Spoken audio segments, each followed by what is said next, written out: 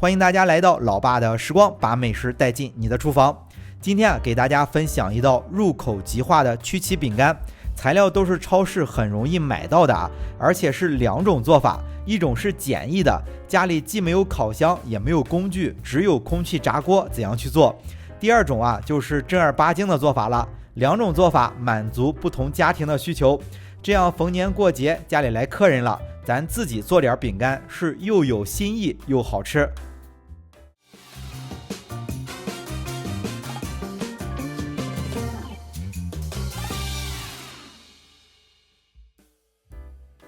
首先给大家分享一个没有烤箱和工具的做法，材料也是去稍微大点的超市绝对能买到的。首先是100克的黄油，需要提前先软化好，软化之后加入80克的绵白糖，再加入50克的玉米油。接下来加入鸡蛋的时候大家要注意如果家里只有空气炸锅，这一步就只加入2个蛋黄就够了。如果工具齐全，打蛋器、烤箱做饼干的工具都有，想做出那种带花纹的曲奇饼干，这一步就加入2个完整的鸡蛋，鸡蛋是中等大小的，大概每个60克左右。具体的原因后面制作的时候大家一看就明白了。那加入完蛋黄之后，就随便找个工具或者直接下手搅拌均匀都行，就搅拌到刚才加入的绵白糖融化。做这道饼干理论上是用糖粉，就是白砂糖磨成的粉，加进去一搅拌就融化了。但是糖粉很多超市买不到，所以就换成了更容易买到的绵白糖。绵白糖多搅拌上1-2分钟也能融化。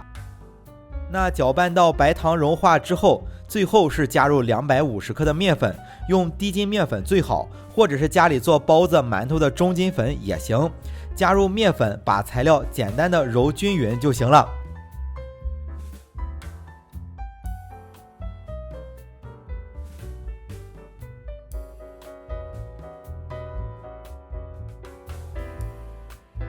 这个面团呢，它很软，所以面团揉好之后需要先搓成条状，然后用硅油纸或者是锡箔纸包起来，放入冰箱冷冻上1小会儿。材料里面有大量的黄油，稍微一冷冻就变硬了，之后切成有啤酒瓶盖厚度的薄片。冷冻的时间不用太长，冻的时间长了就切不动了那如果是冷冻的时间比较长了，可以拿出来缓一会儿再切。那这种做法呢，有一个好处，就是可以提前准备上一些这样的材料，想吃的时候在冰箱里拿出来切一下就可以直接烤。虽然样子不是很好看，但是味道和正宗的曲奇饼干是一样的。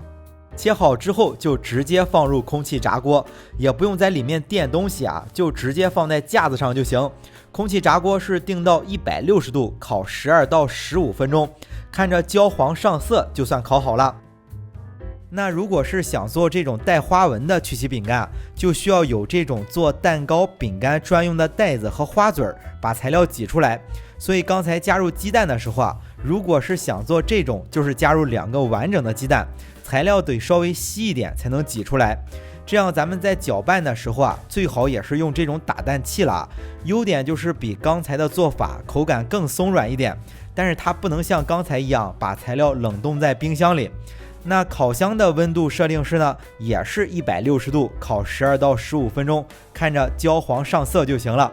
但是饼干烤好之后要放凉了再去拿，热着拿一碰就碎了。今天做的这道曲奇饼干是入口即化，材料简单，味道好，两种做法也能满足不同家庭的需求。好了，为了方便大家去记视频中所需要的材料，视频下方的备注栏或留言区有文字版的配料，有问题可以在留言区留言。大家如果喜欢老爸做的美食，记得帮忙关注点个赞，谢谢大家。那今天的这期美食到这里也就结束了也祝大家生活愉快。